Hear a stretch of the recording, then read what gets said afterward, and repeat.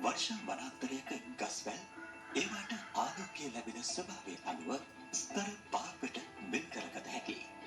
ඒ නිරු ස්තරය, ව්‍යන් ස්තරය, උපව්‍යන් ස්තරය, යටිරූපණය සහ බිම් ස්තරය ලෙසයි.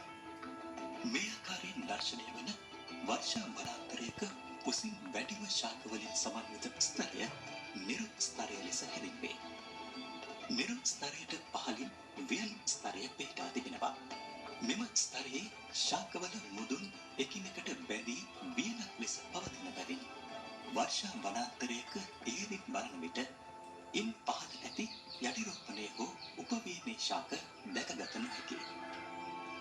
ව්‍යන් ස්තරයට පහළින් පිහිටන්නේ උපව්‍යන් ස්තරයයි. ව්‍යන් ස්තරය ඝනව පවතින බැවින් උපව්‍යන් ස්තරයට ලැබෙන්නේ වියනට ලැබෙන ආලෝක ප්‍රමාණයෙන් සාපේක්ෂව අඩු ආලෝක ප්‍රමාණයක්. තවදුරටත් කුඩා ආලෝක ප්‍රමාණයක් ලැබෙන කුඩා ගස් විශේෂ සහ පඳුරු විශේෂ වලින් සමන්විත ස්තරය යටිරූපණය ලෙස හැඳින්වෙනවා. බොහෝ දුරට උපව්‍යන් ස්තරයේ ලක්ෂණ වලට සමාන නමුත් ප්‍රමාණයෙන් කුඩා ශාක විශේෂ මෙම ස්තරයේ පවතිනවා.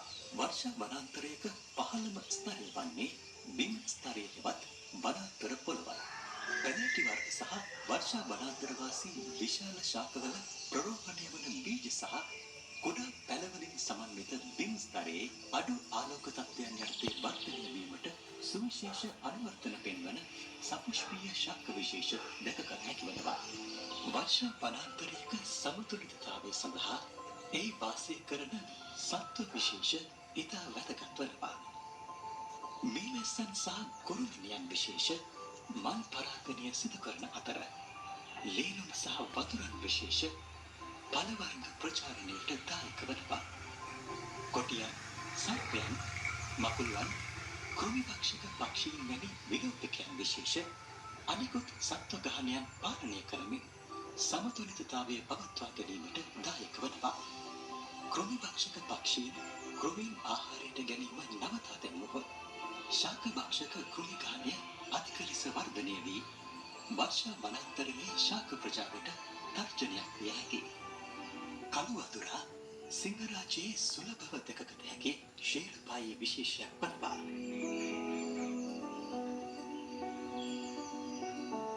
සිංහරාජයේ වෙසෙන කොටියන් සංචාරකයන් හට පියවි ඇසින් දැක ගන්නට ලැබෙන අවස්ථා ඉතා දුර්ලභ වනවා.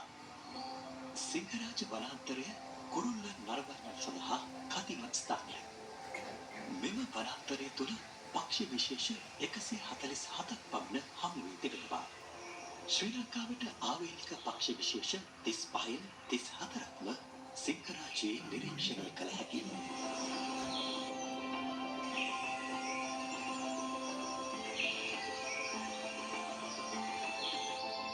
ශ්‍රී ලංකාවට ආවේනික උරග විශේෂ 21ක්ද සමග විශේෂ 45ක උරගයන් සිංහරාජයේ වාසය කරනවා.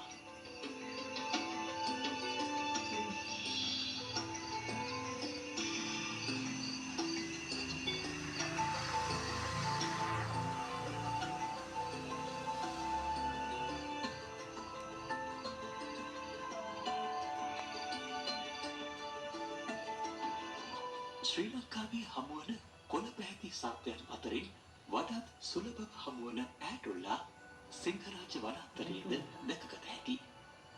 අපට මුණ ගැසුණු අවස්ථාවේ මේ ආකාරයෙන් තරමක් ක්‍රියාශීලීව සිටියත් පොළව කිට්ටුවේ සිට ගොතුරක් ළඟට එනතුරු දින ගණනක් වුවද නිසුල්මනේ සිටින ශ්‍රී ලංකාවට ආවේනික පලාපොළගන්ද සිංහරාජය තුළ දැක ගැනීම එතරම් අපහසු වන්නේ නැහැ.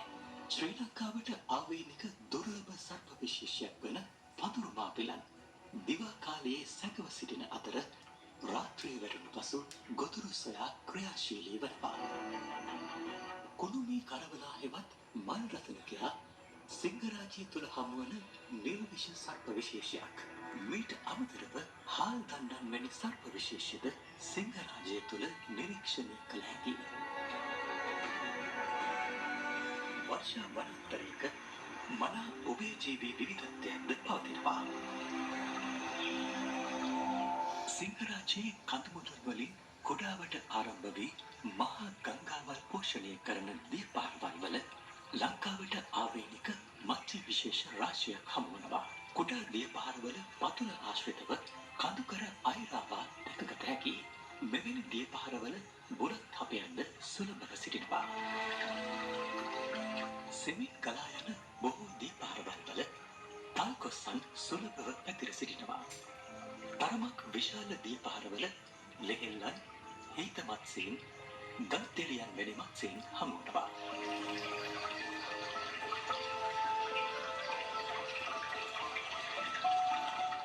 ජලය පිරුණු ගස්පෙන ආශ්‍රිතව වාසය කරන ශ්‍රී ලංකාවට ආවේනික ගස් කකුළුවා රාත්‍රී කාලයේදී ආහාර සොයා එළිමහනේ ඇවිද යනවා. නිතරම වර්ෂාව නිසා තෙතබරිතව ඇති සිංහරාජයට අවුරැල්ලක් වැටෙන විට අතුපතර ගැවසීගත් මල් අතර ක්‍රියාශීලී වන සමනලීන් විශේෂ විශාල ප්‍රමාණයක් සිංහරාජයේ ආශ්‍රිතව නිරීක්ෂණය කළ හැකියි.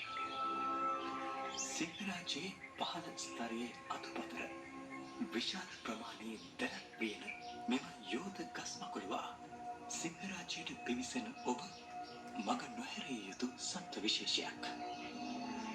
එසේම සිංහරාජය තුළ විෂ සහිත දිවි මකුළුවන්ද වාසය කරන බව රාත්‍රී කාලයේ පමණක් ක්‍රියාශීලී වන මොවුන් සාමාන්‍යයෙන් දිවා කාලයේ සිංහරාජයේ සිරිසරන්නෙකුට දැක ගැනීමට හැකිවන්නේ නැහැ. සිංහරාජ වනාන්තරය ආශ්‍රිතව හමුවන භෞමික බෙල්ලන් වැඩි ප්‍රමාණයක් රාත්‍රී කාලවලදී ක්‍රියාශීලී වුවත් ඇකවස් ගණයට අයත් සිංහල ගොළුබෙල්ලා වගේ හැඳින්වෙන මෙම රවුම් ගොළුබෙල්ලන් විශේෂය සිංහරාජයේ ගස්වල දිවා කාලයේද දැකගත හැකියි. වනාන්තර පොළොව මත ක්‍රියාශීලී වන කළු පැහැති යෝධ හැකරල්ලක් මෙන්ම හැකරල්ලන්ට සිංහරාජයේ ආශ්‍රිතව දැකගත හැකි අපෘෂ්ඨවංශීය ජීවීන් වනවා. දහස් ගණනින් නොව ලක්ෂ සංඛ්‍යාතව ජීවත් වන කුහුඹුවන් සහ වේයන්ද සිංහරාජ වර්ෂා වනාන්තර පරිසර පද්ධතිය සමග එකට වෙලී ඇති ජීවී සංඝටක වනවා. විශේෂයෙන් මොවුන් සිංහරාජයේ වියෝජකයන් ලෙස ක්‍රියාත්මක වන අතර වර්ෂා වනාන්තරයේ පෝෂක ද්‍රව්‍ය ප්‍රතිචක්‍රීකරණයට මාහැඟි දායකත්වයක් ලබා දෙනවා. මේ ආකාරයේ සුවිශාල ජෛව විවිධත්වයකින් යුතු පැවතීම සිංහරාජය ඇතුළු වර්ෂා වනාන්තරවල ඇති එක් ප්‍රධාන වැදගත්කමක් වනවා.